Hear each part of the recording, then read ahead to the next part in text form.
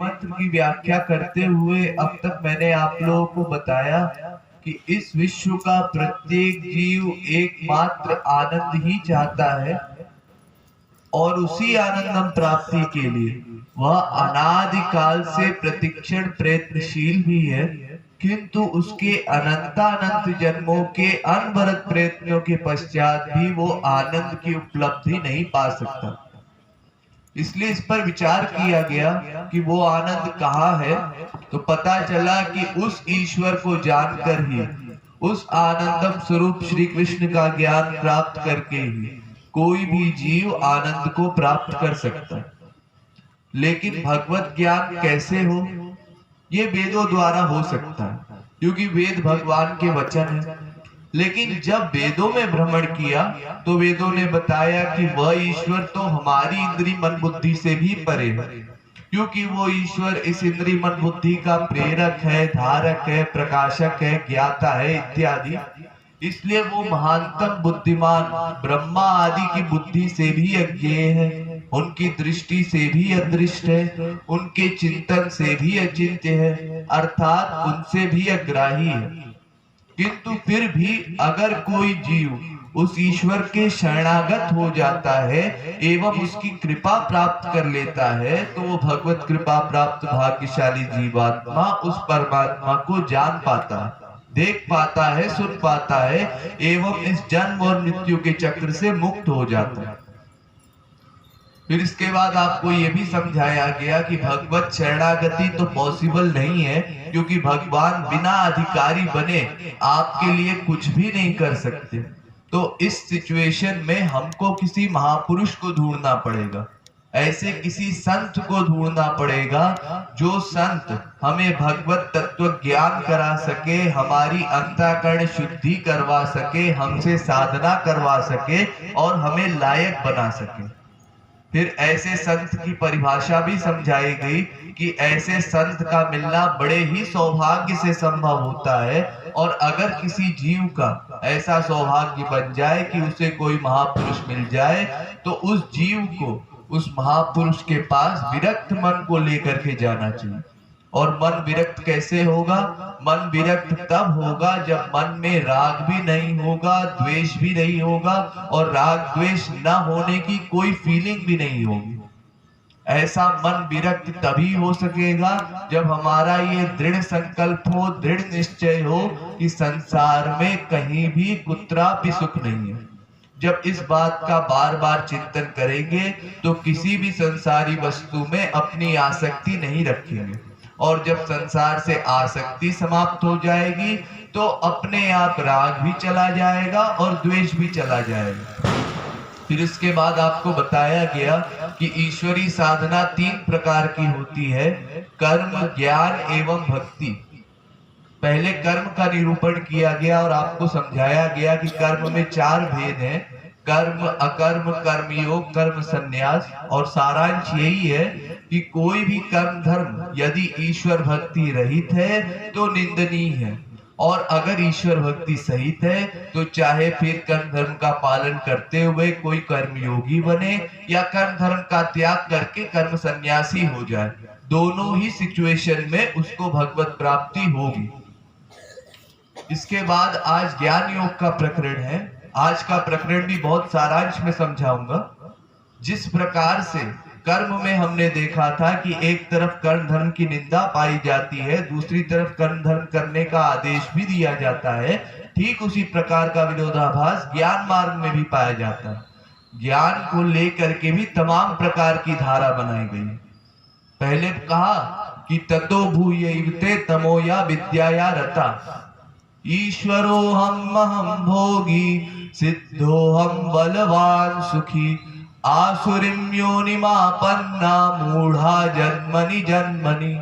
गीता के 16वें अध्याय का 14वां और 20वां श्लोक। जो ज्ञान मार्ग पे चलते हैं वो बहुत बड़े मूर्ख हैं। कर्म मार्ग में चलने वाले तो मूर्ख हैं, लेकिन ज्ञान मार्ग में चलने वाले उनसे भी बड़े मूर्ख हैं, वो और अधिक अंधकार को प्राप्त हो जाते हैं। और रामायण में तो इतना स्पष्ट लिखा है, आप बहुत आसानी से समझ जाएंगे।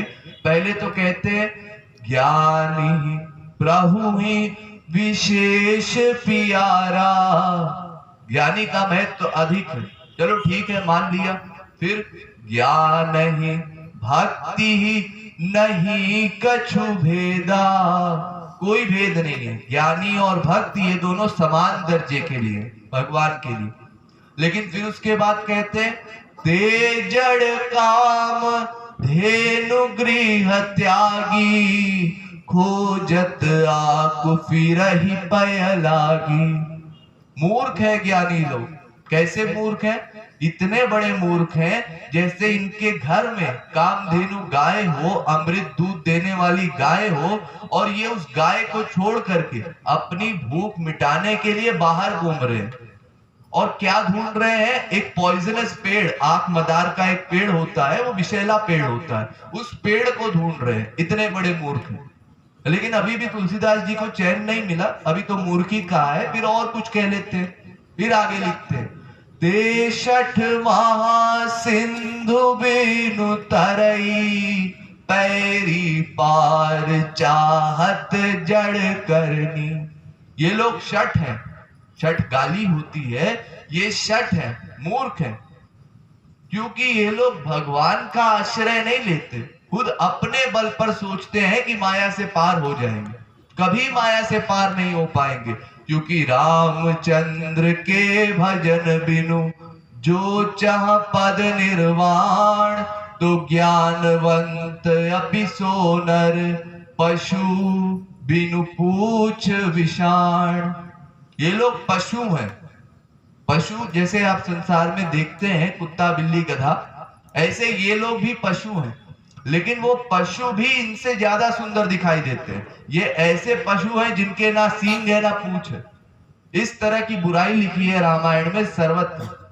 लेकिन चलिए इन सबको छोड़ा जाए, आपको बहुत सारांश में बताता हूं। दो तरह का ज्ञान होता है, एक अनुभवात्मक ज्ञान, एक शब्दक ज्ञान। तो शब्दक ज्ञान निंदनीय है, वो खाली शास्त्र वेदों की रटी रटाई बातें जो बोलता है वो ज्ञानी बिल्कुल निंदनीय। कर्मण्डिको वेदा स्तब्धा मूढ़ा पंडित मानिना, जो केवल शब्द जगत में चलता है और अपने आप को पंडित मानता है, उसका उद्धार कभी हो ही नहीं सकता। क्योंकि उसकी बातें कैसी होती है? कौड़ी कारण लोभवश करहि विप्र गुरु घात, ब्रह्म ज्ञान बिनु नारी नर करहि न दूसरी बात। बस एक ही बात पे अटका रहेगा, ब्रह्म निराकार है, ब्रह्म का चिंतन हो नहीं सकता, लेकिन फिर भी ऐसा मनन करो कि मैं ब्रह्म हूं, मैं ब्रह्म हूं। ये है शाब्दिक ज्ञान। केवल मन से सोचो मैं ब्रह्म हूं और तुम ब्रह्म हो जाओगे। ज्ञान योग बस इतना कहता है। तो जो ज्ञान है शब्दक ज्ञान वो निंदनीय है, और जो अनुभवात्मक ज्ञान है उसमें भी दो प्रकार है, एक आत्मक ज्ञान और एक परमात्मक ज्ञान। यानी एक आत्मक ज्ञानी का ज्ञान योग और एक ब्रह्म ज्ञानी का ज्ञान योग। ये जो दो शब्द हम संसार में सुनते हैं, एक ज्ञानी और एक भक्त, बस इन्हीं दोनों के बीच का झगड़ा है। क्योंकि ज्ञानी कहता है सोहम, जीवात्मा ही परमात्मा है, और भक्त कहता है दासोहम, जीवात्मा परमात्मा का दास है, परमात्मा का अंश है। बस इसी झगड़े को लेकर के हमारे यहाँ वेदों में तमाम तरह के वाद चल रहे हैं। एक वेदांत में ही द्वैत, अद्वैत, विशिष्टाद्वैत, विशुद्धाद्वैत, द्वैताद्वैत, अचिंत्य भेदाभेद इत्यादि कई वाद चल रहे हैं। ये जो बड़े बड़े वाद है ये मैंने आपको बता दी। तो आज का विषय यही है कि ये पक्का किया जाए कि क्या जीवात्मा ही परमात्मा है या जीवात्मा अलग पर्सनैलिटी है, परमात्मा अलग पर्सनैलिटी है। और भगवान को पाने के बाद क्या जीवात्मा का परमात्मा में लय हो जाता है, जीवात्मा की सत्ता समाप्त हो जाती है, या भगवत प्राप्ति करने के बाद भी जीवात्मा अपनी सत्ता अलग रखती है। तो चलिए इसी पर विचार करते हैं। पहले चलते हैं वेदव्यास जी के पास। 5000 वर्ष लगभग पहले वेदव्यास जी हुए थे, तो उन्होंने उस समय एक ग्रंथ लिखा था वेदांत नाम का। ये वेदांत 6 शास्त्रों में से एक है। 6 शास्त्र होते हैं, वेदांत, मीमांसा, न्याय, वैशेषिक, पतंजलि और योग दर्शन शास्त्र। ये 6 शास्त्र होते हैं, तो इनमें से एक है वेदांत। तो वेदांत का अर्थ है वेद का सारभूत तत्व। इसके कई नाम है, इसको ब्रह्म सूत्र भी कहते हैं, उत्तरी मीमांसा भी कहते हैं। तो इसमें वेदों का सार बताया गया है। इसलिए जितने बड़े बड़े ज्ञानी हुए हैं, जितने जगत गुरु हुए हैं, उन्होंने इस वेदांत पर भाष्य लिखा है। तो आप लोग ये सोचेंगे कि क्यों जी, अगर वेद व्यास ने 5000 वर्ष पहले ऐसा कोई ग्रंथ बनाया, तो क्या 5000 वर्ष पूर्व कोई ऐसा ग्रंथ नहीं था? यानी तब वेदों का सार नहीं मिलता था? नहीं, पहले नहीं मिलता था। उसके पहले ये जितने भी वेदों की बातें थी, ये मुख से बताई जाती थी। गुरु लोग अपने शिष्यों को मुख से, मौखिक रूप से ज्ञान देते थे और उसको शिष्य आत्मसात किया करते थे, और उसको उसके गुरु ने इस प्रकार से चला आ रहा है। क्योंकि हमारा सिद्धांत ये कहता है, सनातन धर्म का सिद्धांत, कि हम वेद विरुद्ध किसी बात को नहीं मानेंगे। कोई भी ग्रंथ हो, उसका मूल्य तभी है जब उसका रिलेशन वेदों से हो। क्योंकि वेद भगवान की वाणी है, इसलिए उसको शाश्वत माना जाता है, सही माना जाता है, उसमें कुछ गलती नहीं हो सकती। और अगर किसी मायाधीन ने या महापुरुष ने कोई ग्रंथ बनाया, तो उसमें गड़बड़ी की आशा की जा सकती है कि हो सकता है कुछ गड़बड़ हो। इसलिए वेद मेन अथॉरिटी है। तो इसलिए वेदांत में ही पहले चलते हैं और समझते हैं कि वेदांत में किन ऋषियों का वर्णन है और उनका क्या सिद्धांत है। तो सबसे पहला वर्णन है आचार्य बादड़ी का। इनका भी भक्ति योग परक सिद्धांत था, यानी जीवात्मा और परमात्मा अलग अलग है। इनका ये मानना था कि जीव भगवान के महोदर में लीन थे और भगवान की कृपा से ही भगवान ने उन सबको प्रकट करके अपने आप को इस माया के बंधन से मुक्त करने का एक मौका दिया। और ये जीव जब परमात्मा की शरणागति स्वीकार करेगा, तभी वो परमात्मा की प्राप्ति कर सकेगा। इसके बाद दूसरा नाम आया आचार्य आत्रेय का। इनका भी वही द्वैत परक सिद्धांत था कि जीवात्मा परमात्मा से पृथक है, जीवात्मा दास है, परमात्मा स्वामी है, जीवात्मा अंश है, परमात्मा अंशी है, जीवात्मा अणु है, परमात्मा विभू है। और इन्होंने पुरोहित संबंधी उपासनाओं का कड़ा विरोध किया। इनका ये कहना था कि किसी दूसरे पंडित के कर्मकांड करने से आपको कभी भी भगवत फल नहीं मिल सकता। ये पुण्य वगैरह भले मिल जाए, कोई लोक भले मिल जाए, लेकिन भगवान का कोई फल नहीं मिलता। भगवान का फल अपने करने से मिलता है, अपनी साधना से मिलता है। इसके बाद नाम आया है अवलोरी का। अवलोरी का भी यही सिद्धांत था कि जीवात्मा को परमात्मा के शरणागत होना पड़ेगा, तब वो जीवात्मा परमात्मा के लोक में परमात्मा के शरीर प्लस ज्ञान प्लस आनंद से युक्त होके अनंत काल तक परमात्मा का कैंकर्य प्राप्त करेगा, यानी उनकी सेवा करेगा। उनकी सेवा करने का सौभाग्य उसको प्राप्त होगा। इसके बाद नाम आया आचार्य अवलोरी का। इनका नाम मीमांसा दर्शन शास्त्र में भी आया है। वहां जैमिनी आचार्य ने इनका विरोध किया, क्योंकि जैमिनी आचार्य कर्म के प्रतिपादक थे, वो भक्ति का विरोध करते थे। तो जैमिनी आचार्य ने वहां इनका विरोध किया। और इसके बाद इनका वर्णन ये जगत गुरु शंकराचार्य, मारुत्याचार्य, टंकाचार्य, इन सब ने भी किया है अपने अपने ग्रंथों में। इनका भी भक्ति योग परक सिद्धांत था। अब इसके बाद कुछ 3-4 हजार वर्ष के बीच में एक बड़े विद्वान हुए भरत प्रपंचाचार्य। इनको सुरेश्वराचार्य ने अपने ग्रंथ में कोट किया, और इनका ज्ञान कर्म समुच्चयवाद सिद्धांत था, यानी ज्ञान और कर्म दोनों को लेकर के चलते थे।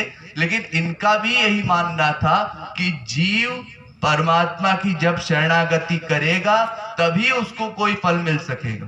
केवल ये सोचने से कि मैं ब्रह्म हूं, किसी का काम नहीं बन सकता। ये एक ही पॉइंट को मैं लेके चल रहा हूं कि जीवात्मा परमात्मा दोनों भिन्न भिन्न है। इसके बाद मारुत्याचार्य, टंकाचार्य, गुरुदेवाचार्य, अर्पणिकाचार्य, द्रविणाचार्य, ये तमाम ऋषि हुए हमारे यहाँ। इन सब का यही सिद्धांत था कि जीवात्मा परमात्मा का दास है। अब इसके बाद 1300 वर्ष पहले हुए आदि गुरु शंकराचार्य। इन्होंने फिर ये सिद्धांत स्थापित किया कि नहीं, जीवात्मा ही परमात्मा है, और चैलेंज के साथ इस बात को सिद्ध किया कि देखिए, जैसे आप लोग यहाँ बैठे हैं ना खुले मैदान में, अब खुले मैदान में पंडाल बना दिया गया है तो आकाश दिखाई नहीं पड़ता। अगर ये पंडाल तोड़ दिया जाए, ये ऊपर की छत हटा दी जाए, तो फिर आकाश दिखाई पड़ेगा। ऐसे ही हम सब ने अपने ऊपर माया का पर्दा डाल लिया। हम सब ब्रह्म हैं, लेकिन माया का पर्दा आ जाने की वजह से, अज्ञान हावी हो जाने की वजह से हमको ये भ्रांति है कि हम जीव हैं, हम असमर्थ हैं। अगर ये पर्दा हम हटा लें, कैसे हटा लेंगे? चिंतन द्वारा। अगर ये सोचे कि हम ब्रह्म हैं, हम ब्रह्म हैं, तो ये पर्दा हट जाएगा और फिर से आकाश दिखाई पड़ने लगेगा, फिर से हम ब्रह्म हो जाएंगे। ऐसा इनका सिद्धांत है। लेकिन इनसे जरा पूछा जाए कि ये पर्दा डालने वाला कौन है और ये पर्दा आया कहां से? अद्वैतवाद ये कहता है कि ब्रह्म के अलावा और कोई दूसरी पर्सनैलिटी नहीं है। ना ये लोग जीव को मानते हैं, ना माया को मानते हैं। इनका मानना है कि एक ही तत्व है जो अनादि अनंत शाश्वत है। तो अगर ब्रह्म ही ब्रह्म था तो ये माया का पर्दा पड़ा कैसे? ये माया आई कैसे? और कैसे ऐसा ज्ञान हावी हो गया कि उसके बाद मनन करना पड़ा तत्त्वमसि या अहम ब्रह्मस्मि का। फिर इसके बाद इनके यहाँ दूसरा वाद चला, बिंब प्रतिबिंबवाद, यानी हम सब भगवान के प्रतिबिंब हैं, भगवान की परछाई है। जैसे आप लोग समुद्र में देखते हैं ना, या कहीं तालाब में शांत पानी जब होता है और अगर कहीं तारे हो तो आकाश निराकार होता है, लेकिन दो तारों के बीच का आकाश आपको उस तालाब में दिखाई पड़ता है, उसका प्रतिबिंब। ऐसे हम सब भगवान के प्रतिबिंब हैं, निराकार भगवान के साकार प्रतिबिंब। लेकिन इनसे जरा प्रश्न किया जाए कि क्यों भाई ये जो तारे के बीच का आकाश आप बताते हैं, तो आपके यहाँ तो कोई दूसरा तत्व है नहीं, तारे नाम की तो कोई सत्ता है नहीं, तो ये तारे से तारे के बीच का आकाश कैसे पक्का होगा? अगर अमावस की रात हो, कोई तारे ना हो, तो कोई प्रतिबिंब भी दिखाई नहीं पड़ेगा। और प्रतिबिंब के लिए भी कोई चीज चाहिए, कोई आईना चाहिए, कोई कांच चाहिए, कोई तालाब चाहिए। आप तो कोई और तत्व तो मानते ही नहीं, फिर किस तरह से हम भगवान के प्रतिबिंब हो गए? और अगर भगवान के हम प्रतिबिंब भी हैं, तो भगवान जैसे सर्व समर्थ है, भगवान में जैसे सब तरह के गुण है, तो हम में भी सब तरह के गुण होने चाहिए। फिर ये गड़बड़ी कहां से आ गई? ये पंचक्लेश, पंचकोश, त्रिताप, त्रिदोष, ये इस बात का पक्का प्रमाण है कि हम भगवान नहीं है, हम भगवान के प्रतिबिंब नहीं है। फिर उसके बाद जगत गुरु शंकराचार्य मानते थे कि अज्ञान, अविद्या, माया ये तीनों एक है। और दूसरी तरफ जो सनक संप्रदाय के लोग थे, वैष्णव संप्रदाय के लोग थे, जैसे जगत गुरु रामानुजाचार्य, इनका ये कहना था ऐसा नहीं है, क्योंकि माया भगवान की शक्ति है और अज्ञान एक अलग शक्ति है जो हमारे ऊपर हावी है। गीता कहती है ना, अज्ञानेन वृतम ज्ञानम तेन मुह्यन्ति जन्तवः। गीता के 5वें अध्याय का 15वां श्लोक। अज्ञान पृथक वस्तु है, माया पृथक वस्तु है, इन दोनों को मिलाना नहीं है। अच्छा, तो ये ज्ञानी लोग क्या कहते हैं? ज्ञानी लोग ये कहते हैं कि एक दिन अच्छा खासा ब्रह्म जा रहा था और अचानक से कहीं से अज्ञान आ गया और अज्ञान हमारे ऊपर हावी हो गया। तो उस अज्ञान को मिटाने के लिए क्या करें? एक गुरु को ढूंढे, एक ऐसे ज्ञानी को ढूंढे जो हमको तत्वमसि का उपदेश दे। तत्वमसि माने तू वही है, तू ब्रह्म है। और इसका फिर हम चिंतन करें, रिद्धासन करें, धीरे धीरे चिंतन से अहम ब्रह्मस्मि, यानी मैं ही ब्रह्म हूं, ये दृढ़ संकल्प हो जाए तो फिर हम ब्रह्म हो जाएंगे। तो पहले इनसे ये प्रश्न किया जाए कि वो अज्ञान आया कहां से, जिसकी वजह से इतनी मेहनत हमको करनी पड़ेगी? और क्या वो अज्ञान अनादि अनंत है कि अनादि शांत है? साधी अनंत है कि साधी शांत है? यानी वो ज्ञान हमेशा से था, हमेशा रहेगा, या हमेशा से नहीं था, हमेशा नहीं रहेगा, या हमेशा से था लेकिन हमेशा नहीं रहेगा, या हमेशा से नहीं था, हमेशा रहेगा, या कभी नहीं था और कभी नहीं रहेगा? चार में से एक बताइए। पहले तो आप ये नहीं कह सकते कि हमेशा से था, क्योंकि अगर हमेशा से था तो दो तत्व हो जाएंगे, अनादि अनंत शाश्वत। इसलिए एक ही तत्व अगर रखना है तो हमेशा से नहीं था। और अगर ये कह दिया जाए कि हमेशा रहेगा तो किसी जीव को भगवत प्राप्ति हो ही नहीं सकती। अगर कभी उसका ज्ञान नहीं जाएगा, कभी ज्ञान नहीं आएगा, तो भगवत प्राप्ति कैसे होगी, मुक्ति कैसे होगी? इसलिए हमेशा रहेगा ये भी गलत। तो इसका मतलब तो यही है कि एक दिन आया था और एक दिन चला जाएगा। लेकिन फिर वही प्रश्न आता है कि कैसे आएगा? और अगर मान लीजिए अज्ञान आ भी गया, कहीं आसमान से टपक पड़ा, तो अज्ञान ब्रह्म के सामने आया तो ब्रह्म तो सर्वशक्तिमान है, सर्वसमर्थ है, तो ये अज्ञान के सामने ब्रह्म झुक कैसे गया? ये अज्ञान ब्रह्म से बड़ा कैसे हो गया? ब्रह्म पर अज्ञान हावी हुआ होगा तभी तो जीव वाली कैटेगरी में पहुंचा वो। तो इसका मतलब क्या अज्ञान भगवान से बड़ा है? अजी नहीं, ऐसा हुआ होगा कि अचानक से ब्रह्म को पता नहीं होगा कि अज्ञान आ गया और अचानक से उसने धोखे से भगवान को अपने अंडर में कर लिया होगा। ऐसे कुछ लोग कहा करते हैं। तो इनसे भी प्रश्न किया जाए कि मान लीजिए आप अंधेरे में जा रहे हैं, आपका पैर रस्सी पर पड़ा, तो रस्सी पर पैर पड़ा तो आपने सोचा कहीं सांप तो नहीं है। यानी अंधेरा होने के कारण अचानक से कई बार ऐसा भ्रम हो जाता है किसी दूसरी वस्तु में, किसी दूसरी वस्तु का भ्रम। तो ऐसे ही ब्रह्म को भी ये अज्ञान हो गया होगा, ऐसे हावी हो गया होगा उसके मन पर कि मैं जीव हूं अचानक से।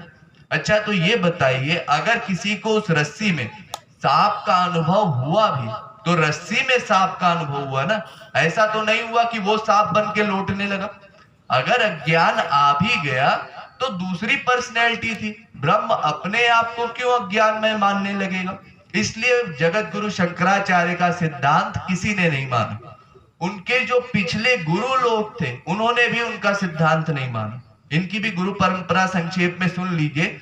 जगत गुरु रामानुजाचार्य के गुरु गोविंदाचार्य, गोविंदाचार्य के गुरु गौड़पादाचार्य, गौड़पादाचार्य के गुरु सुखदेव परमहंस। सुखदेव परमहंस को आप लोग जानते होंगे, वही जिन्होंने परीक्षित को भागवत कथा सुनाई थी। उनके पिता भाई वेदव्यास, भागवत बनाने वाले।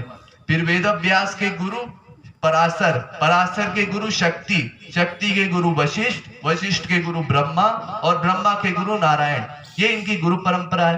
तो इनमें से 2-3 नाम तो आप लोग जानते ही होंगे, जैसे सुखदेव परमहंस को जानते होंगे। तो इन्होंने तो ज्ञान मार्ग का त्याग कर दिया, भक्ति में आए, वेदव्यास को अपना गुरु बनाया। इसका मतलब इनका भी भक्ति योग सिद्धांत था। और वेदव्यास जी को आप लोग जानते होंगे, अगर किसी ने भागवत थोड़ी बहुत भी पढ़ी या सुनी होगी तो उसको पता होगा उसमें तो सगुण साकार भगवान का वर्णन है।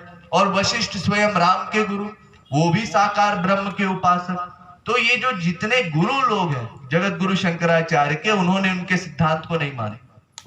और उनके बाद जितने उनके शिष्य हुए जगत गुरु शंकराचार्य के, उन्होंने भी जगत गुरु शंकराचार्य की तरह वेद को तोड़ मरोड़ के उसका यही अर्थ किया कि जीवात्मा ही परमात्मा। और जो द्वैत परत ऋचाएं थी उनको कह दिया ये ऐसे ही है, ये व्यवहारिक ऋचाएं है, इनका कोई महत्व नहीं है। और इसका ठीक उल्टा रामानुजाचार्य ने बोल दिया। लेकिन एक शिष्य जगत गुरु शंकराचार्य के ऐसे हुए जो अद्वितीय निकले, बाकी सब शिष्यों से अलग निकले। वो थे मधुसूदन सरस्वती। वो शाहजहां के जमाने में हुए थे। तो मधुसूदन सरस्वती ने गीता पर भाष्य लिखा। और जब भाष्य लिखना उन्होंने शुरू किया तो पहली लाइन यही लिखी कि मैं जगत गुरु शंकराचार्य का शिष्य हूं, इसलिए इस गीता के ग्रंथ का मैं अद्वैत परत अर्थ करूंगा, यानी जीवात्मा ही परमात्मा है, इसको दृष्टिकोण में रख करके इसका अर्थ करूंगा। और लिखते गए लिखते गए लिखते गए, और जब अंतिम श्लोक पर पहुंचे, जो मेन श्लोक है 18वें अध्याय का कि सर्वधर्मान परित्यज्य माम एकम शरणम व्रज, भगवान अर्जुन से कहते हैं अर्जुन तू सब धर्मों को छोड़ करके मेरी शरण में आ जा। जब इस श्लोक की टीका करने लगे और उनको याद आया जगत गुरु शंकराचार्य ने इसका क्या अर्थ किया है, इसका ये अर्थ किया है कि अर्जुन धर्मम अधर्मम च, तू सब धर्मों और अधर्मों को छोड़ करके अपनी शरण में चला जा। भगवान कह रहे हैं मैं ब्रह्म हूं, तू जीव है, तू मेरी शरण में आ। और शंकराचार्य यहां अर्थ करते तू अपनी शरण में चला जा। तो जब ऐसा याद आया उनको तो उनकी कलम रुक गई, अब आगे लिखा नहीं जाता।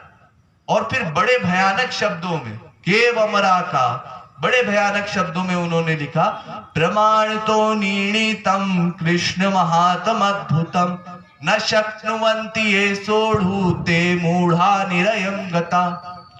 जो व्यक्ति इस श्लोक का ये अर्थ नहीं करता कि हमको श्री कृष्ण की शरण में जाना है, वो नर्क को जाएगा। वो बहुत बड़ा मूर्ख है, अपने गुरु के खिलाफ इतना बड़ा वाक्य बोल रहे हैं इनडायरेक्ट में।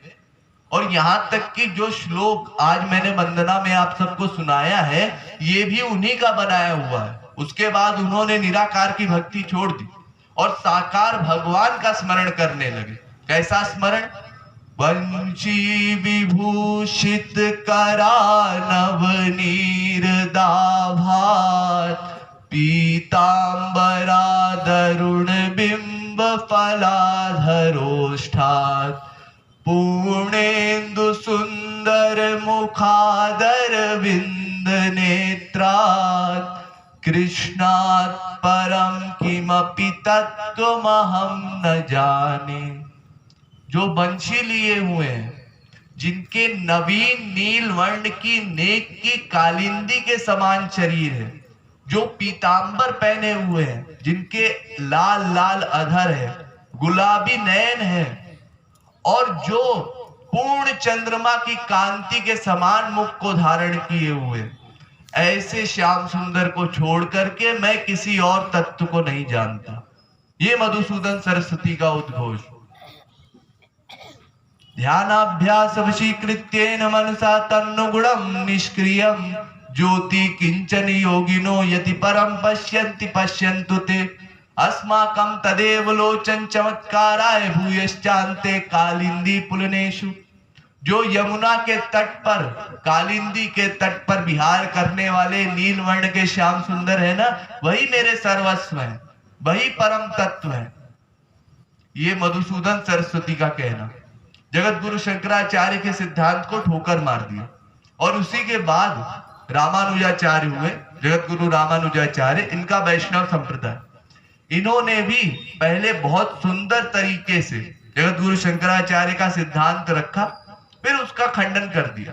क्योंकि ये जिस समय हुए थे उसके कुछ समय पहले, कुछ 200 वर्ष पहले जगत गुरु शंकराचार्य हुए थे, तो उस समय उन्हीं के सिद्धांत का ज्यादा प्रचलन था।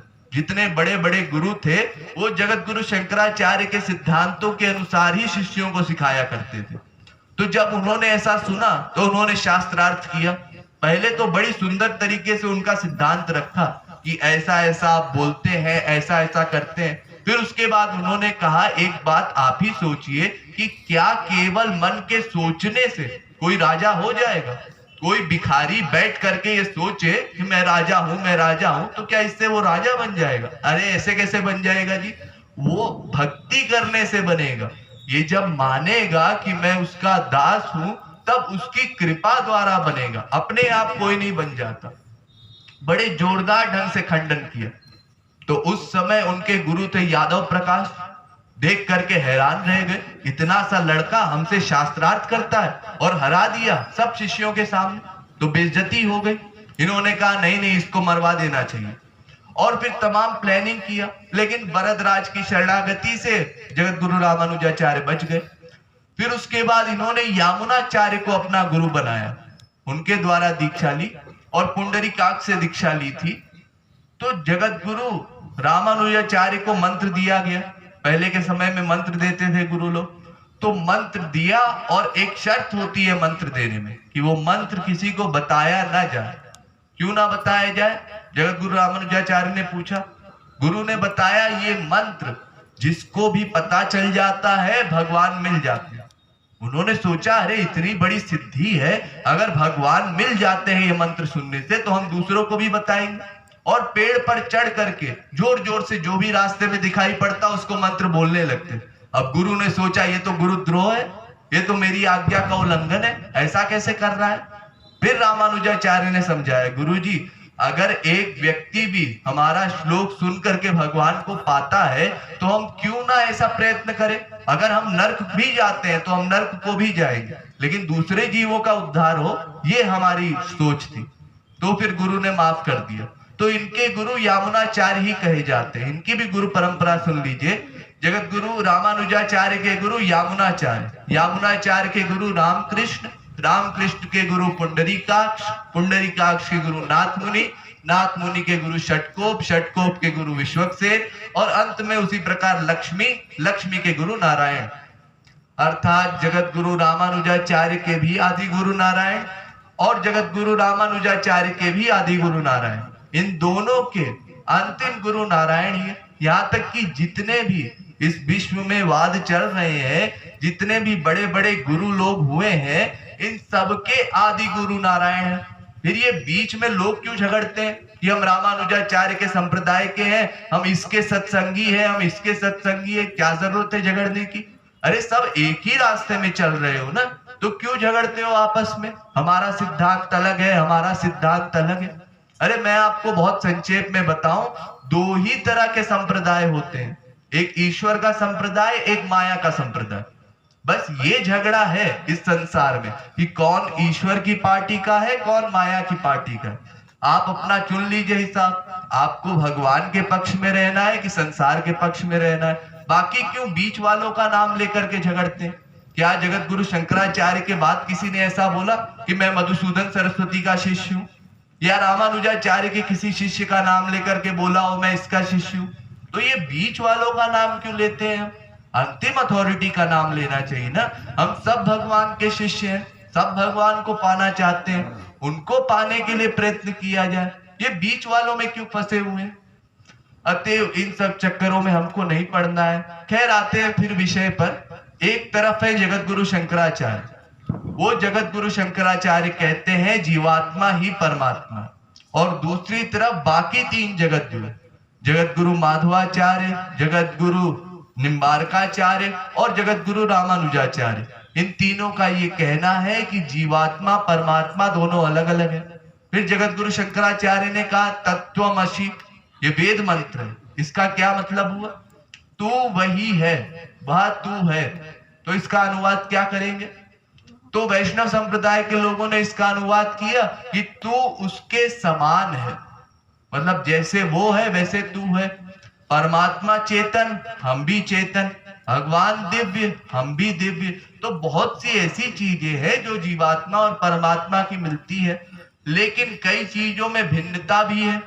जैसे परमात्मा सर्वसमर्थ है, हम असमर्थ है, परमात्मा विभु है, हम अणु है। ऐसे बहुत सी चीजों में भिन्नता भी है और बहुत सी चीजों में समानता भी है। और इसके बाद चैतन्य महाप्रभु ने इसका और बढ़िया अर्थ किया। उनके अनुसार यहाँ पर समास हुआ है। क्या समास हुआ है? तत्त्वम तस्यति त्वम तत्त्वम, अर्थात तू उसका है। तू उसका क्या है? तू उसका सब कुछ है। तू उसका अंश भी है, तू उसका सखा भी है, तू उसका सेवक भी है, तू उसका सब कुछ है। ये चैतन्य महाप्रभु का अर्थ है। अच्छा, एक और श्लोक है जिसको जगत गुरु शंकराचार्य बड़े अच्छे से कोट करके लिखते हैं। वो वेद मंत्र कहता है कि यथा नद्य स्यंदिमाना नाम रूपाद विमुक्ता परात् परम पुरुषम उपैति दिव्यम। मुंडकोपनिषद के तीसरे मुंडक के दूसरे खंड का 8वां मंत्र। ये नदियां जैसे समुद्र में मिलती हैं, तो जब नदियां समुद्र में मिली तो अपना नाम खो बैठी, रूप खो बैठी और समुद्र ही बन गई। वो नदी का मीठा पानी समुद्र का खारा पानी हो गया। उसी तरह से हम सब नदियां अलग अलग बह रहे हैं, लेकिन जब हम ब्रह्म में मिलेंगे तो ब्रह्म ही बन जाएंगे। और एक दूसरा श्लोक और उन्होंने कोट किया, परम ज्योति रूपा संपद्यो स्वेन रूपेण अभिनिश्चितव्यते। छंदोपनिषद के 8वें छंद के 12वें अध्याय का 3रा श्लोक और 8वें छंद के 3रे अध्याय का 4था श्लोक। अर्थात ये जीवात्मा ज्योति रूप बन करके फिर भगवान में विलीन हो जाती है। लेकिन ध्यान दीजिए यहाँ पर क्या लिखा गया है? ये जीवात्मा ज्योति रूप बन करके भगवान में विलीन होती है। तो अगर ये जीवात्मा ही परमात्मा होती तो ऐसा कहा जाता खुद में विलीन हो जाती है।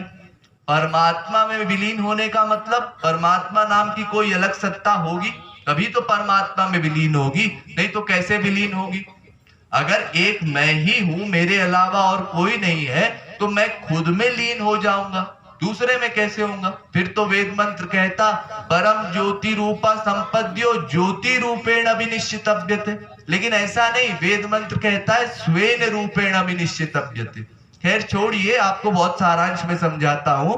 2 प्रकार का ज्ञान योग होता है, एक आत्मज्ञानी का ज्ञान योग, एक ब्रह्मज्ञानी का ज्ञान योग।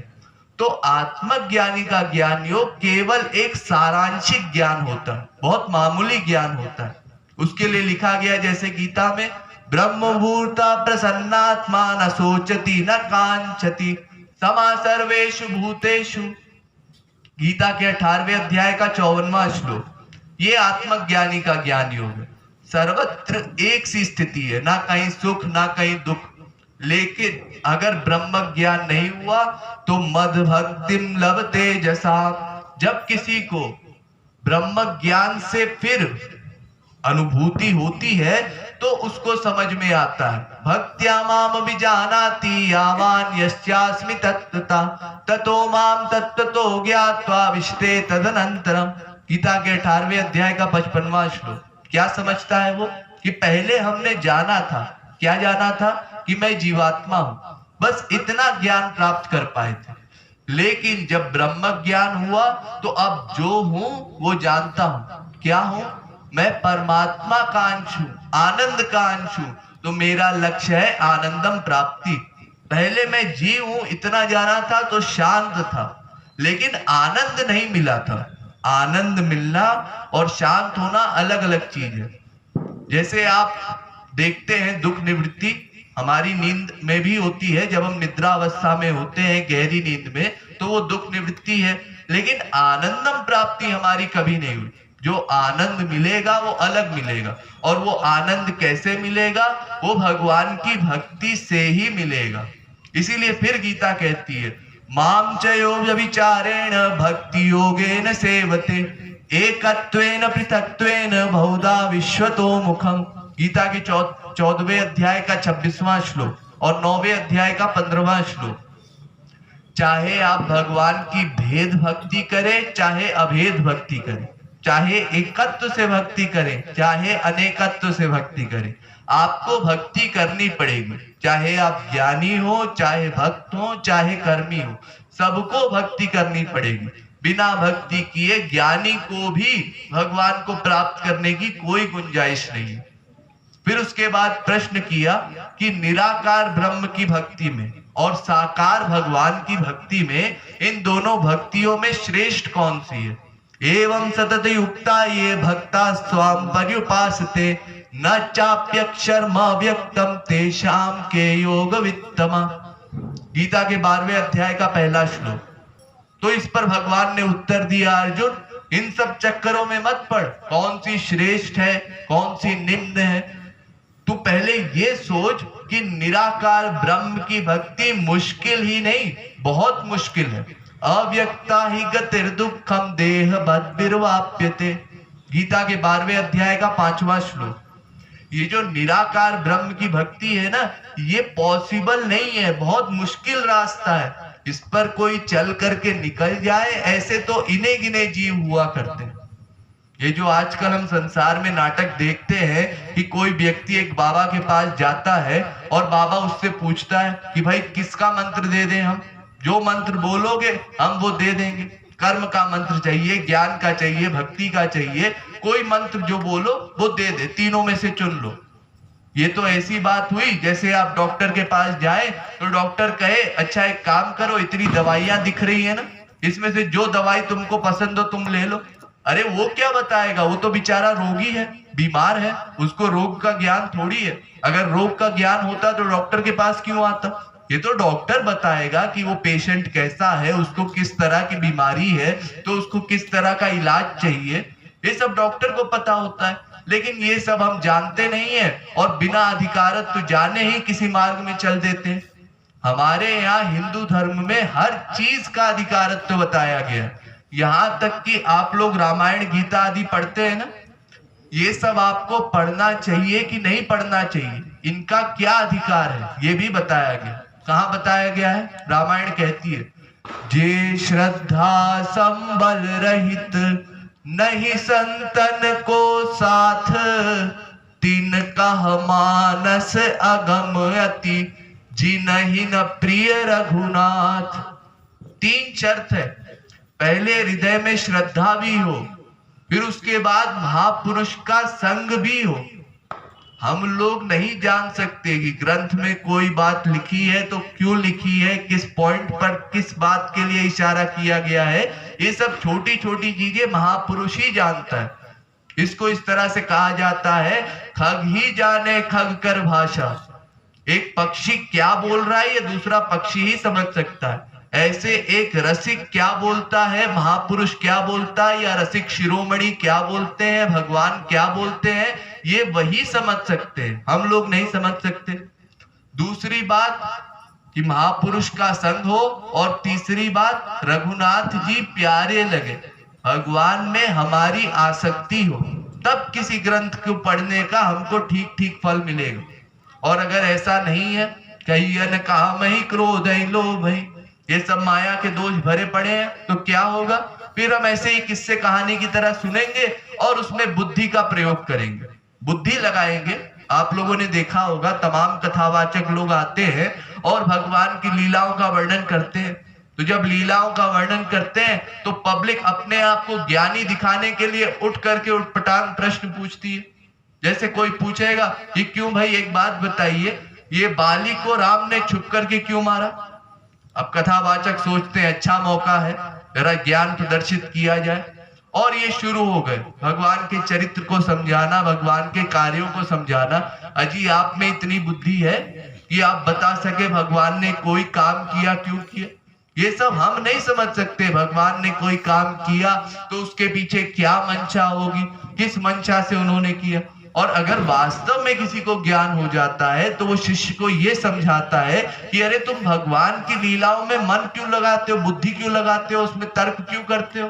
भगवान की लीला रस लेने का विषय है, बुद्धि लगाने का विषय नहीं है। जहां बुद्धि लगानी चाहिए कि अनंत जन्मों से हमको संसार में कभी सुख नहीं मिला, हमेशा दुख मिला, लेकिन हमने बार बार संसार में ही क्यों प्रयत्न किया, ये सब सोचना चाहिए। तो ये कोई नहीं सोचता, यहाँ कोई तर्क नहीं करेगा।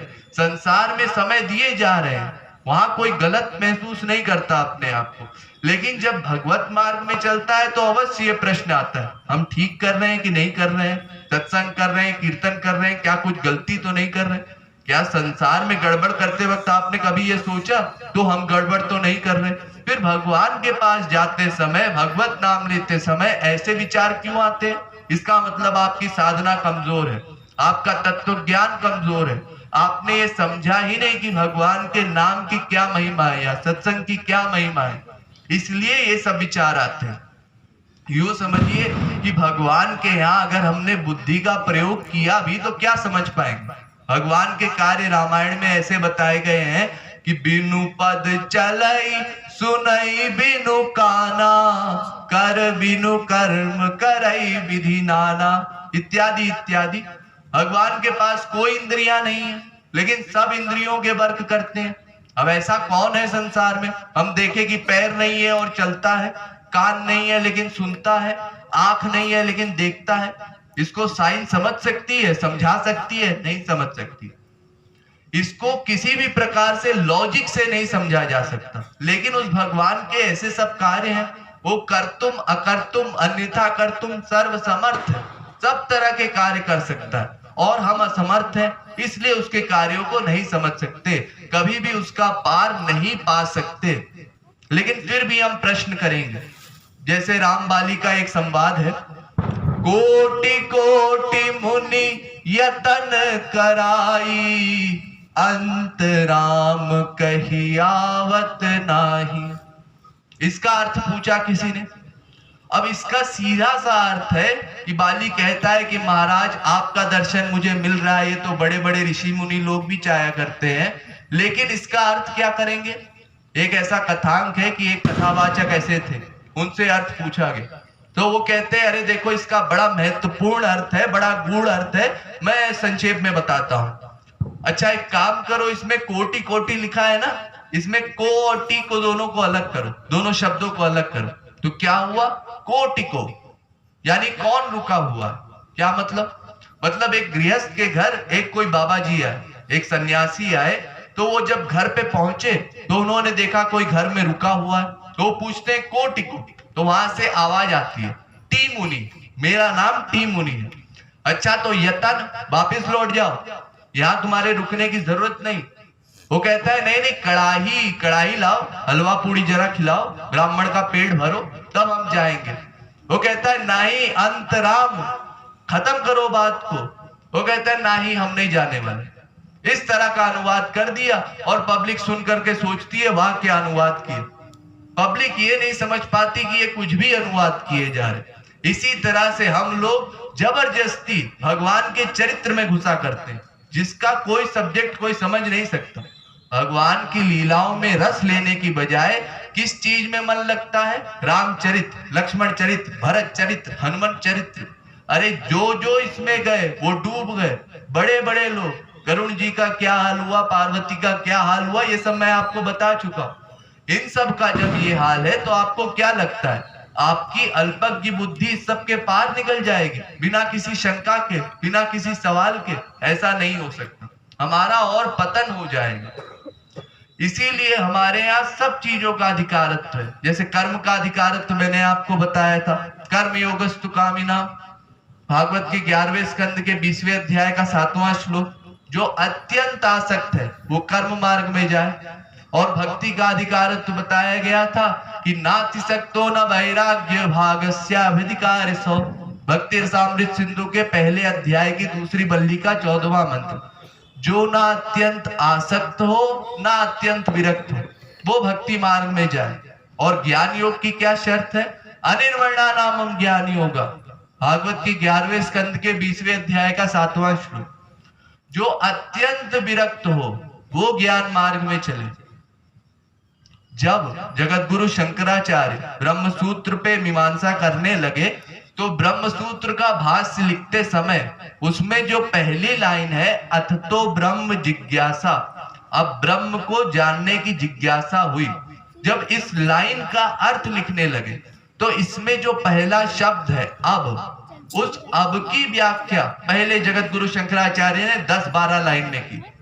यानी साधन चतुष्ट संपन्न भी हो, इंद्रियों पर कंट्रोल हो, मन पर कंट्रोल हो, बुद्धि पर कंट्रोल हो, सर्दी गर्मी बरसात आदि का कोई उसके ऊपर प्रभाव ना पड़े, सब उसके परिवार वाले एक साथ एक झटके में मर जाए फिर भी उसके हृदय में कोई धुकपुक ना हो, तब वो ज्ञान मार्ग के एक शब्द को सुनने का अधिकार पाता है। नहीं तो वो ज्ञान मार्ग की कोई बातें सुन नहीं सकता, अधिकारी नहीं बन सकता। और यही हम सब नहीं जानते कि ज्ञान मार्ग का अधिकारत्व क्या है। तमाम लोग घुमा करते हैं शिवोहम का जाप करते हुए, अहम ब्रह्मस्मि का जाप करते हुए, लेकिन यही नहीं समझ पाते कि हमारे जो गुरु लोग हैं वो पहले क्या अधिकार बता करके गए। एक कथान से समझिए। एक बार ऐसा हुआ कि एक काशी के बड़े विद्वान पंडित थे, प्रकांड विद्वान थे, शास्त्रज्ञ थे। तो शास्त्रज्ञ लोगों को एक ज्ञान का स्वाभाविक अहंकार होता है। तो जब जगत गुरु शंकराचार्य के बारे में उनको पता चला तो वो काशी से भागे भागे आए जगत गुरु शंकराचार्य से मिलने के लिए, और उनसे मिलकर के कहते हैं कि हमको अपना शिष्य बना लीजिए, और अगर आपको हमारी योग्यता पे संदेह हो तो शास्त्रार्थ करके देख लीजिए कितने काबिल हैं हम। जगत गुरु शंकराचार्य मुस्कुराए, उन्होंने कहा क्यों रे, तू अगर अपने आप को विद्वान मानता है तो शास्त्र का अर्थ तो नम्र बना देता है, तेरे अंदर तो कोई नम्रता दिखाई नहीं पड़ती, और तू शिष्य बनने आया है कि शास्त्रार्थ करने आया है? ये पहले ही गरज करके बोलता है कि शास्त्रार्थ करो। उसने कहा महात्मा जी माफ कर दीजिए, बहुत भूल हो गई हमसे, हमेशा से अहंकारी थे इसलिए ऐसा हमारा स्वभाव है, इसलिए हम गलती से बोल पड़े। आप बताइए, आप गुरु हैं, क्या साधना हमको करनी चाहिए? तो जगत गुरु शंकराचार्य ने कहा ठीक है, सबका त्याग कर दो और जाओ वृंदावन में वास करो। 1 साल के लिए गोवर्धन की परिक्रमा करो, भिक्षा मांग करके खाओ, और राधा कृष्ण केवल इन्हीं 2 शब्दों का श्वास श्वास से बार बार जप करो। इससे तुम्हारा जब अंतःकरण शुद्ध हो जाएगा तब मेरे पास आना, उसके पहले मैं कुछ नहीं बताऊंगा, कोई साधना नहीं है। तो फिर वो अपना चुपचाप लौट गए कि अंतःकरण जब शुद्ध हो जाएगा तो 1 साल बाद वापस आएंगे। और 1 साल जैसा जगत गुरु शंकराचार्य ने बताया था वैसा करने का प्रयास किया। अब 1 साल बाद लौट करके आए तो गुरु ने सोचा जरा परीक्षा ली जाए शिष्य की। शंकराचार्य जी ने सोचा देखे शिष्य कितना काबिल हुआ, और उन्होंने एक भंगिन को बुलाया जो झाड़ू करते हैं लोअर कास्ट के लोग। उस समय भंगिन को बुलाया और भंगिन को बुला करके बोलते हैं कि अभी एक पंडित आएंगे, तो पंडित जैसे ही आए तो उनके सामने तुम झाड़ू लगाते रहना, और जैसे ही पंडित जी पास आए तो जोर से झाड़ू घुमाना। इससे क्या होगा? इससे धूल पंडित जी के मुंह पर जाएगी। ठीक है, जगत गुरु शंकराचार्य बोल रहे कर देंगे ऐसा। और उसने जोर से झाड़ू घुमाया और धूल उड़ करके आई पंडित जी के मुख पर। तो पंडित जी नहा धो करके स्वच्छ आ रहे थे और पंडित जी ने जोर से चिल्लाया, कौन है ये मूर्ख, झाड़ू लगाना भी नहीं आता इसको, हम नहा धो करके आए थे, फिर से हमको गंदा कर दिया। 10 गालियां दी और चलते बने गुरुजी के पास।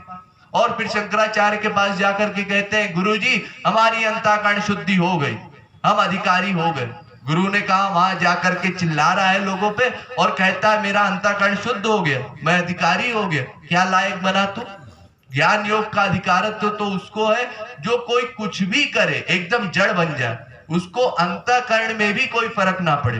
तेरे तो बाहर भी क्रोध दिखाई पड़ रहा है, कुछ नहीं हो सकता तेरा, फिर वापस चला जा। फिर गए, उन्होंने ठान लिया था। जो जिद्दी लोग होते हैं, ज्ञानी लोग होते हैं, एक बार संकल्प कर लिया इनको गुरु बनाएंगे तो गुरु बनाएंगे, तो वो भी लग गए पीछे। दूसरा साल हो, तीसरा साल हो, फिर गए। फिर उसके बाद अगले साल आए। तो इस समय शंकराचार्य ने कहा कि शिष्य का लेवल थोड़ा ऊंचा हो गया है, अब धूल उड़ाने से काम नहीं बनेगा, तो क्या किया जाए? फिर ये जो झाड़ू है ना, ये तमाम गंदी जगहों में जाता रहता है, गटर में भी जाता है, पैखाने में भी जाता है, सब जगह जाता है। तो इस झाड़ू को छुआ दिया जाए। और ऐसा ही किया, झाड़ू को छुआ दिया। अब जब झाड़ू का स्पर्श हुआ तो पंडित जी को फिर बहुत क्रोध आया, लेकिन इस बार पंडित जी ने कंट्रोल किया कि पिछली बार अपशब्द बोले थे तो हमको लौटा दिया था गुरुजी ने, अब की बार फिर गाली दिया तो फिर हमको लौटा देंगे। लेकिन क्रोध क्योंकि मन पे हावी हो गया था, इसलिए आंखें बिल्कुल लाल लाल, भ्रिकुटी सिकड़ी हुई और गए गुरुजी के पास, गुरुजी हम अंतःकरण शुद्धि कराए। गुरुजी ने कहा कुछ नहीं हुआ, फिर वापस जाओ, अभी भी लायक नहीं बने, फिर जाओ साधना करो। फिर लौटा दिया। अब तीसरी बार आए। अब जगत गुरु शंकराचार्य ने कहा क्या किया जाए? धूल भी उड़ा करके देख लिया और झाड़ू भी छुआ दिया। अब एक रास्ता बचा है, वो क्या? ये जो कचरे की टोकरी होती है ना, इसमें कचरा भरा होता है, उसको ले जाके उड़ेल देना पंडित जी के ऊपर। अब भंगिन के हाथ पैर कांपने लगे, अरे नहीं नहीं जी, अभी तक तो हम कुछ बहाना कर देते कि ये गलती से झाड़ू छू गया था, कि गलती से हमने जोर से घुमा दिया था, ऐसे टोकरी उड़ेलेंगे तो हमारी पिटाई हो जाएगी। वो भी उस समय जब पंडितों का इतना सम्मान किया जाता था। उस समय अगर किसी पंडित पे कचरा कोई उड़ेले तो उसका तो जिंदा रहना मुश्किल हो जाता। लेकिन जगत गुरु शंकराचार्य ने कहा है क्या करें, बात माननी पड़ेगी। तो डरते डरते उसने कचरा उड़ेला और आंख बंद कर लिया। और आंख जैसे ही खोला तो देखा पंडित जी तो चरणों में गिरे पड़े हैं, प्रणाम कर रहे हैं। अरे माता, मैं समझ ही नहीं पाया, तू ही मेरी वास्तविक गुरु है, तू ही मेरी परीक्षा ले रही थी अब तक, और तू ही मुझे जगत गुरु के चरणों तक पहुंचाएगा। जब ये कह दिया तो शंकराचार्य जी फूल गए। हाँ, अब शिष्य लायक बना। यानी कोई कितना ही बेकार व्यवहार करे किसी के साथ, जब किसी अंतःकरण में थोड़ा भी फर्क ना पड़े, तब वो ज्ञान मार्ग की बातें सुनने का अधिकारी है। इतना ऊंचा अधिकारत्व आज के समय में इतना लायक कौन है, इतना अधिकारी कौन है? कोई नहीं है। सच बताया जाए तो इतने बड़े विश्व में आज कोई भी ऐसा व्यक्ति नहीं है जो इस लेवल का विरक्त हो कि उसको ज्ञान मार्ग का उपदेश दे जा सके। इसीलिए गीता कहती है क्लेशोधिकतर तेषां केषांचित्। गीता के 12वें अध्याय का 5वां श्लोक। बहुत मुश्किल है ज्ञान मार्ग में चलना, और भक्ति योग में चलना बड़ा आसान है, क्योंकि वो सब हम लोगों के लिए है। हम लोग ना अत्यंत आसक्त है ना अत्यंत विरक्त है। कभी कभी संसार की याद आया करती है। हमारा बेटा दूर है, कहीं दूसरी जगह पढ़ाई कर रहा है, भुवनेश्वर में, बेंगलोर में कहीं पढ़ाई कर रहा है। कभी उसकी याद आई तो उसको फोन लगा लिया, उससे बात कर लिया। कभी अपने गुरुजी की याद आई तो गुरुजी को फोन लगा लिया, गुरुजी बहुत दिन हो गए आपके दर्शन किए हुए, जरा हमसे मिल लीजिए, हमसे जरा बात कर लीजिए। कभी हम गए संसार में, कहीं देखा किसी लड़की की विदाई हो रही है तो लड़की की विदाई देख करके 2 आंसू वहां भी बहा दिए। ऐसे ही हम भी एक दिन विदा हुए थे या एक दिन विदा होंगे, ये सोच करके। और सत्संग में आए, सत्संग में किसी कीर्तन में भाव बना तो 2 आंसू यहां भी दे दिए। ऐसे हम मीडियम क्लास के साधक लोग हैं। इसलिए भक्ति योग हमारे लिए श्रेष्ठ है और ज्ञान योग अत्यंत कठिन है। फिर भागवत कहती है येऽन्ये रविन्दाक्ष विमुक्त मानिनस् त्वय्यस्य भावाद विशुद्ध बुद्धया आरुह्य कृच्छेण परम पदम तथा पतन्त्यधोनाहितजुष्मदंग्रया। भागवत के 10वें स्कंद के दूसरे अध्याय का 32वां श्लोक। आरुह्य कृच्छेण, बड़ी मुश्किल है, बड़ी कठिनाई है, बहुत टेढ़ा मेढ़ा रास्ता है। ज्ञानी का रास्ता ऐसा है, ज्ञान प्रपंथ कृपान के धारा परत खगेश न लागे बारा। जैसे तलवार की नोक पे धावना हो, भागना हो, इतना मुश्किल है ज्ञानी का मार्ग। फिर रामायण कहती है, कहत कठिन समुझत कठिन साधन कठिन विवेक। कहना भी मुश्किल है, समझाना भी मुश्किल है, सोचना भी मुश्किल है, क्योंकि ब्रह्म का कोई स्वरूप ही नहीं है। अब हम आपको यहाँ बताएंगे कि ठाकुर जी के मोर पंख लगा हुआ है, ऐसा मुकुट है, ऐसी नाक है, ऐसी आंख है, ऐसी मुंह है, तो आप कोई स्वरूप बना पाएंगे। लेकिन ब्रह्म की तो व्याख्या की ही नहीं जाती, तो क्या स्वरूप बनाएंगे? ये लाइट को देख करके सोचेंगे कि ऐसी लाइट जैसा रूप है, कोई स्वरूप नहीं बना सकते। और साधना भी क्या करेंगे? ये सोचो मैं ब्रह्म हूं, ये सोचो मैं ब्रह्म हूं। अरे इसमें आसक्ति क्या होगी? क्या मिल जाएगा आपको? कुछ नहीं मिल पाएगा। इसलिए साधना भी कठिन है, उसको बोलना भी कठिन है, और उसको समझना भी कठिन है। और यहां तक कि अगर किसी ने वो साधना कर भी ली और जीवन मुक्त भी हो गया, ज्ञान की अंतिम सीमा है जीवन मुक्त, यानी जब शरीर त्यागेगा तो इतना बड़ा ज्ञानी हो गया कि मुक्ति हो जाएगी। लेकिन उन जीवन मुक्त परमहंसों का भी पतन हो जाता है। जीवन मुक्तापि पुनर्बंधनम यान्ति कर्म भी यदि चिंत्य महाशक्तौ भगवत्य पराधीनम। हमारे यहाँ एक जड़ भरत परमहंस हुए हैं। वो जड़ भरत इतनी योग्यता प्राप्त कर चुके थे कि जैसे ही शरीर का त्याग करते मुक्ति हो जाती, लेकिन अंतिम क्षणों में उनका ध्यान एक हिरण में अटक गया। मन की आसक्ति एक हिरण में हो गई। उस कारण से अगले जन्म में फिर हिरण बनना पड़ा, मनुष्य शरीर भी नहीं मिला। इतने बड़े परमहंस का ये हाल, तो हमारा क्या हाल होगा? फिर भागवत कहती है, ये रविंदाक्ष विमुक्त मानिनस् त्वय्यस्य भावाद विशुद्ध बुद्धया आरुह्य कृच्छेण परम पदम तथा पतन्त्य धोनाहितजुष्म दंग्रया। लेकिन भक्त के लिए ऐसा नहीं है। भक्त के लिए क्या है? तथा नते माधव ताव का क्वचित भ्रंशयति मार्गा त्वयि बद्ध सौरदा त्वयाभिगुप्ता विचरन्ति निर्भया विनायकानि कपमूर्ध सुप्रभो। भागवत के 10वें स्कंद के दूसरे अध्याय का 33वां श्लोक। भक्त स्वतंत्र है। क्यों स्वतंत्र है?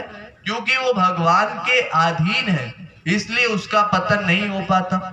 जैसे आप लोगों ने कथावाचकों से सुना होगा कि बिल्ली अपने बच्चे को अपने मुंह में दबा करके ले जाती है और बंदरिया का बच्चा अपनी मां को पकड़ता है। उसी तरह से भक्त को भगवान पकड़ते हैं, तो भगवान की पकड़ पर भरोसा किया जा सकता है। और ज्ञानी अपने बल पर चलता है, इसीलिए कई बार उसका पतन हो जाता है। क्योंकि मनुष्य की कितनी भी सीमा हो, कितनी भी योग्यता हो, लेकिन लिमिटेड ही होगी, सीमित ही होगी। लेकिन भगवान की योग्यता तो असीम है।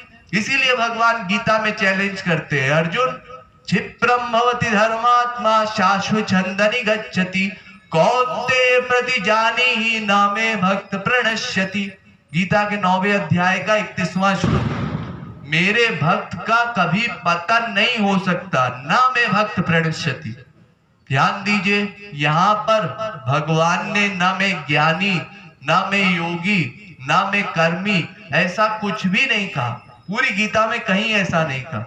केवल ये कहा कि ना में भक्त प्रणश्यति, मेरे भक्त का पतन नहीं हो सकता, क्योंकि उसकी जिम्मेदारी मैं लेता हूं। वो बेचारा मेरे शरणागत है, तो उसका खाना पीना सोना जगना सब मेरे आश्रित है, इसलिए वो कभी भी परास्त नहीं हो सकता।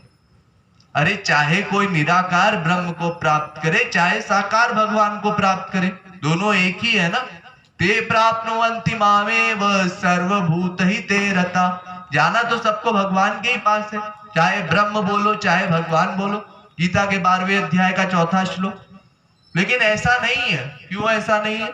फिर भागवत कहती है, आत्मा रामश्च मुनियो निर्ग्रंथा अप्युरुक्रमे कुर्वन्ते हेतु की भक्ति मिथ्यम भूत गुणो हरि। भागवत के पहले स्कंद के 7वें अध्याय का 10वां श्लोक। जो परमहंस, जो ज्ञानी निर्गुण निर्विशेष निराकार ब्रह्म को प्राप्त कर लेते हैं, वो ज्ञानी भी सगुण साकार प्रेमानंद को देख करके उसमें बरबस विभोर हो जाते हैं। तो अगर दोनों रस एक बराबर होते तो ब्रह्मानंद पाने के बाद कोई प्रेमानंद क्यों पाता? क्यों उसकी तरफ भागता कि हमको प्रेमानंद चाहिए, ब्रह्मानंद तो छोटा रस है? ऐसी भावना क्यों आई? इसका मतलब प्रेमानंद में कुछ विशेषता अवश्य, कुछ विलक्षण है। अरे यूं समझिए, जैसे एक रात है, तो अब रात 3 प्रकार की हुआ करती है। एक रात आप लोगों ने देखी होगी जिसमें बिल्कुल अंधेरा है, अमावस की रात है, ना तारे दिखाई पड़ते ना चंद्रमा दिखाई पड़ता। दूसरी रात जिसमें तारे दिखाई पड़ते हैं लेकिन चंद्रमा दिखाई नहीं पड़ता। और तीसरी रात जिसमें बहुत उजाला रहता है, पूर्णिमा का चंद्र भी होता है और तारे भी दिखाई पड़ते हैं। तो जो पहली रात है, अमावस वाली रात, वो तमोगुण को दर्शाता है। दूसरी रात वो रजोगुण को, और तीसरी जो सबसे सफेद रात थी, सबसे उजाले वाली रात, वो था रजोगुण। लेकिन ये तीनों माया के हैं, वो सतोगुण था। तो ये तीनों माया के ही साम्राज्य है, क्योंकि तीनों में अंधकार है। प्रकाश कैसे होगा? वो सूर्य से होगा। राका पति षोडश उहई तारा घन समुदाय सकल गिरहि धवलायुन रवि बिनु राति न जाए। ये चंद्र या ये तारे कितनी भी कोशिश कर ले, ये सुबह नहीं ला सकते। सुबह सूर्य ही ला सकता है। लेकिन सूर्य का प्रकाश भी 3 तरह का होता है। पहली छवि जो बादलों से सूर्य ढक जाता है, सूर्य के ढकने के बावजूद आप ये कहते हैं कि दिन है। क्यों? क्योंकि सूर्य की किरणें फिर भी ये एहसास करवाती है कि अभी दिन है। फिर दूसरा दृश्य, जब बादल हट जाते हैं सूर्य दिखाई पड़ता है। और तीसरा दृश्य जो आप एक दूरबीन से देखा करते हैं, उसका टेलीस्कोपिक विजन, वो एकदम सूर्य का गहरा विजन होता है। उसमें ध्यान से हर चीज दिखाई पड़ती है, सबसे क्लियर। तो जो पहला वाला दृष्टिकोण था, जो बादलों से ढका हुआ सूर्य था, वो ज्ञानियों का ब्रह्म है। और जो सूर्य धुंधला धुंधला दिखाई पड़ता है, वो योगियों का परमात्मा है। लेकिन जो सूर्य एकदम क्लियर दिखाई पड़ता है, वो भक्तों का भगवान है। इसको एक और तरह से समझ लीजिए। फिर उसके बाद बताया गया, चयस्त्वविशामित्यवधारितं पुरा तथा शरीरीति विधा विभाकृति विभू विभक्ता वयवं वपुमानि विविक्रमाद मुन्नारद इत्यबोधिसा। जैसे एक बार नारद जी द्वारिका आ रहे थे, तो जब द्वारिका आ रहे थे तो ऊपर से आते वक्त पहले उनका ज्योति स्वरूप दिखाई पड़ा। तो लोगों ने देखा, देखो देखो, ऐसा लग रहा है आसमान से कोई ज्योति गिर रही हो, कोई तारा गिर रहा हो। फिर उसके बाद देखा लोगों ने, नहीं नहीं ध्यान से देखो, इस ज्योति में झिलमिलाती हुई एक शक्ल दिखाई पड़ रही है। फिर जब कुछ देर में नारद जी पृथ्वी पर आ गए, तब सबने कहा अरे ये तो नारद जी हैं। हाथ मुंह सब कुछ दिखाई देने लगा, तंबूड़ा दिखाई देने लगा, सबने कहा नारद जी है।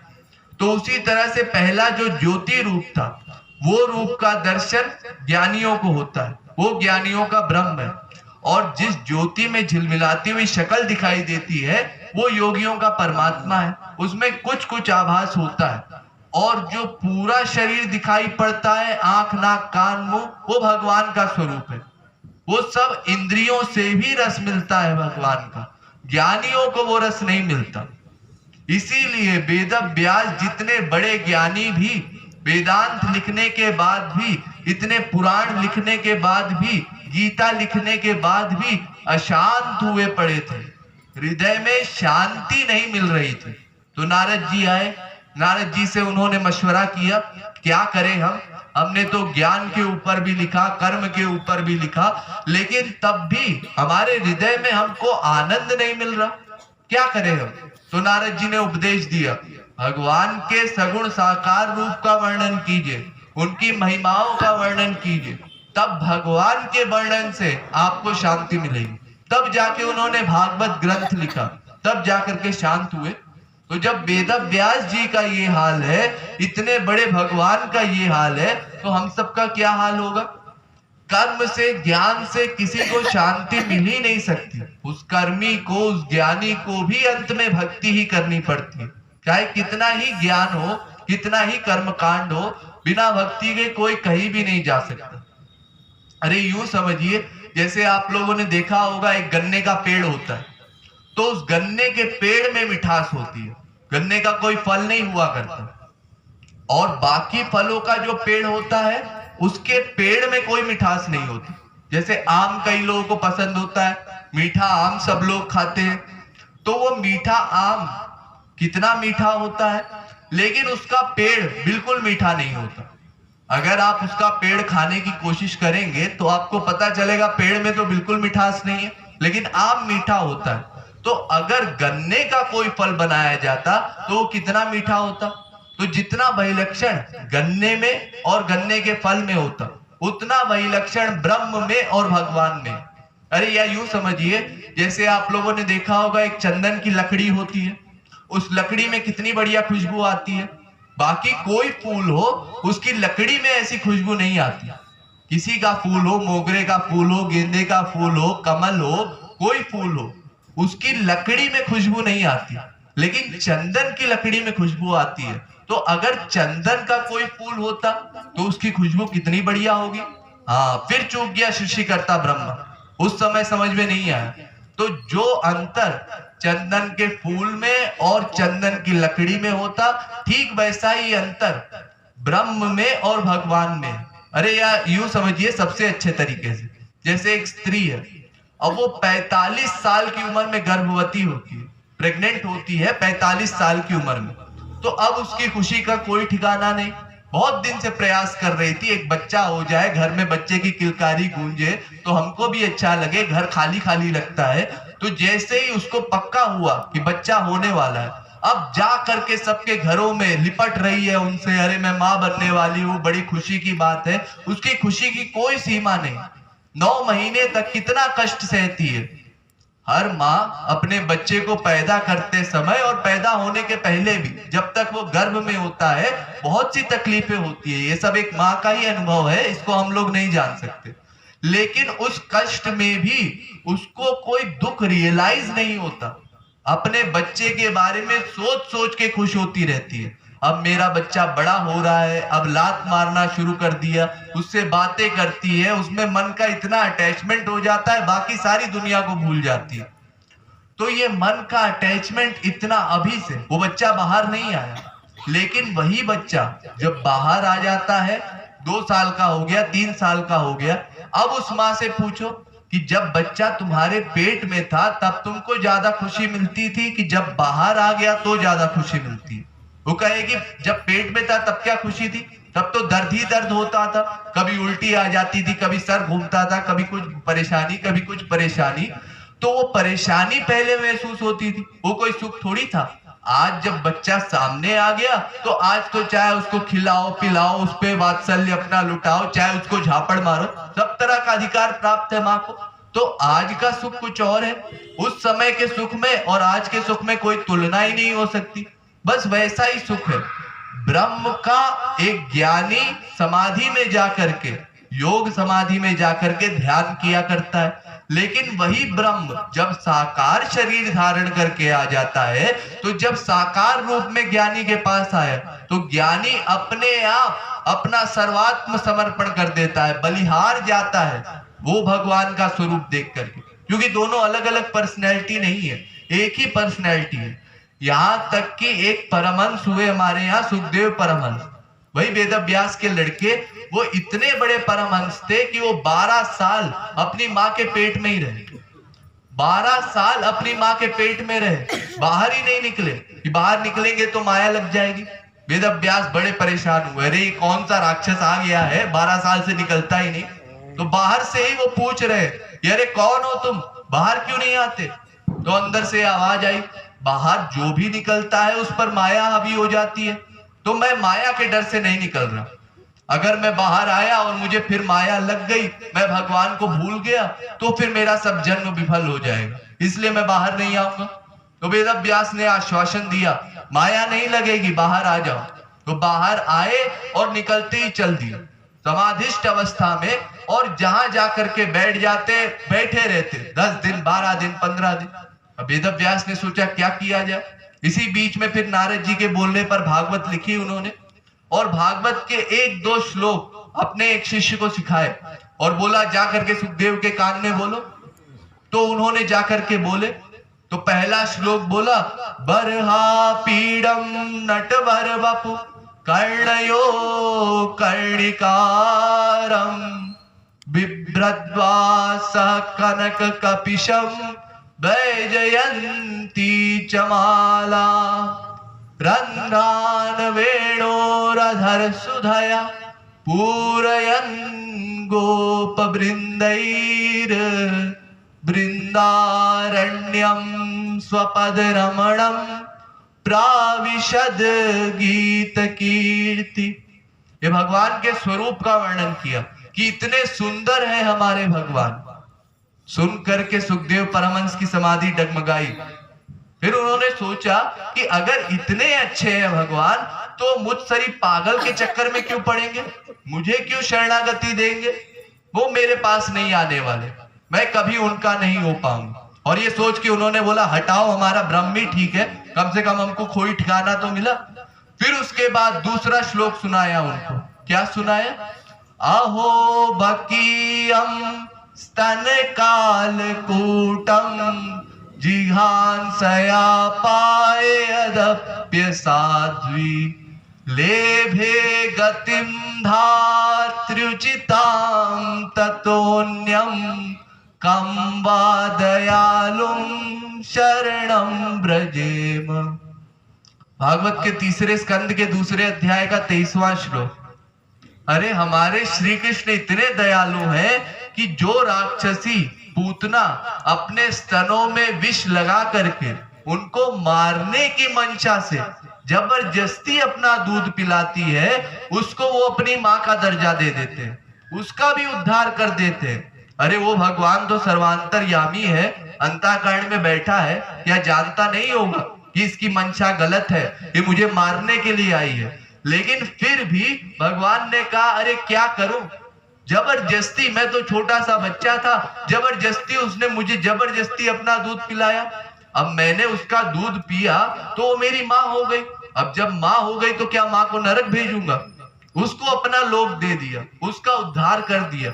तो जब ऐसी राक्षसी का उद्धार कर सकते हैं, तो हम सबका उद्धार क्यों नहीं कर सकते? जब ये सुना सुखदेव परमहंस ने, तो उन्होंने कहा, जाए ब्रह्म भाड़ में, अब हम जाएंगे उन्हीं श्री कृष्ण को पाएंगे। और उनकी समाधि का निर्गुणानंद समाप्त हो गया। सप्तम भूमिका की समाधि थी, वो तुरंत टूट गई, मामूली समाधि नहीं थी। और जैसे ही आंख खुली तो शिष्य घबराया, लगता है कहीं महात्मा जी हमको भस्म न कर दे, इनकी तपस्या हमने गड़बड़ कर दी। सुखदेव परमहंस ने शांत किया, शांत हो जाओ, घबराओ नहीं, हमको ये बताओ जो श्लोक तुम गा रहे थे तुमको कहां से पता चला?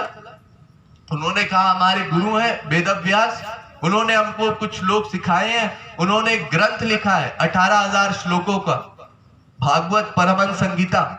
तो उस श्लोक को मैंने तुमको सुनाया है।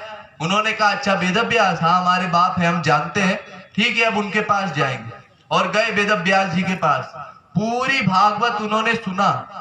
जो परमहंस भगवान को पा चुका था, ब्रह्म ज्ञान पा चुका था, ब्रह्म का आनंद पा रहा था, वो ब्रह्मानंद का त्याग कर देता है और पहली कक्षा में आता है। पहली कक्षा कौन सी है? श्रोतव्य दर्जा, ज्ञान प्राप्त करने के लिए सुनना। इस कक्षा में हम लोग हैं, ज्ञान पाने के लिए सुन रहे हैं, फिर सुनने के बाद मनन किया जाता है, चिंतन किया जाता है, फिर दृढ़ निश्चय होता है, फिर अंतःकरण शुद्ध होता है, फिर भगवान की प्राप्ति होती है।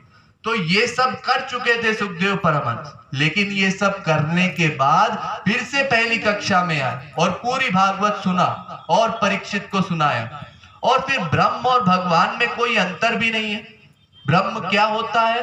फिर गौरांग महाप्रभु ने कहा, ताहार अंगेर विशुद्ध किरण मंडल उपनिषद का है तारे ब्रह्म सुनिर्मल। भगवान के शरीर से जो लाइट निकलती है ना, जो प्रकाश निकलता है, उसका नाम है ब्रह्म। तो जब भगवान की लाइट का ध्यान करके उन ज्ञानियों को इतना सुख मिलता है, तो वही भगवान जब पूर्णतः साक्षात प्रकट हो जाते हैं तो उन ज्ञानियों का विभोर होना बड़ा स्वाभाविक है। फिर वो कौन कौन से ज्ञानी थे जो इस प्रकार से सगुण साकार प्रेमानंद में विभोर हो गए, और फिर उनको क्या मिला, भक्ति किसे कहते हैं, ये सब विषय लंबा है और कल बताया जाएगा। बोलिए वृंदावन बिहारी लाल की।